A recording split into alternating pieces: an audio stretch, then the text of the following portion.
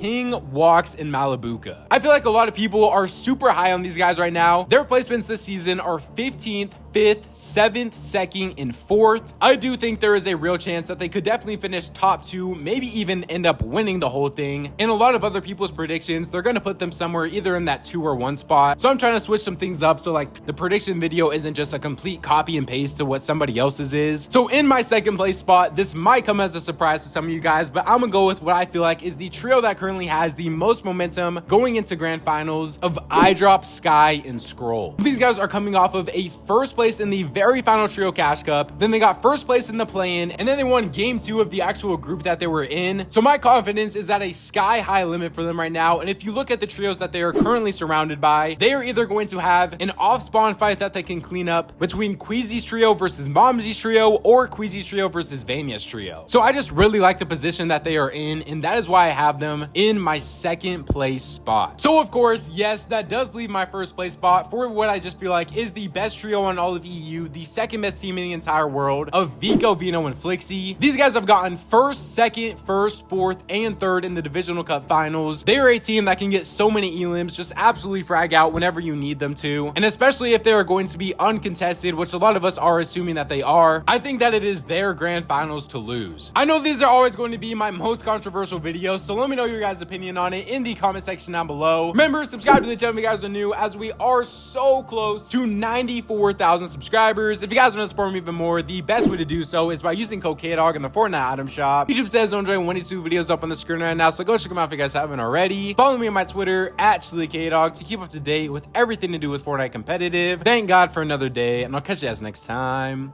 Peace out.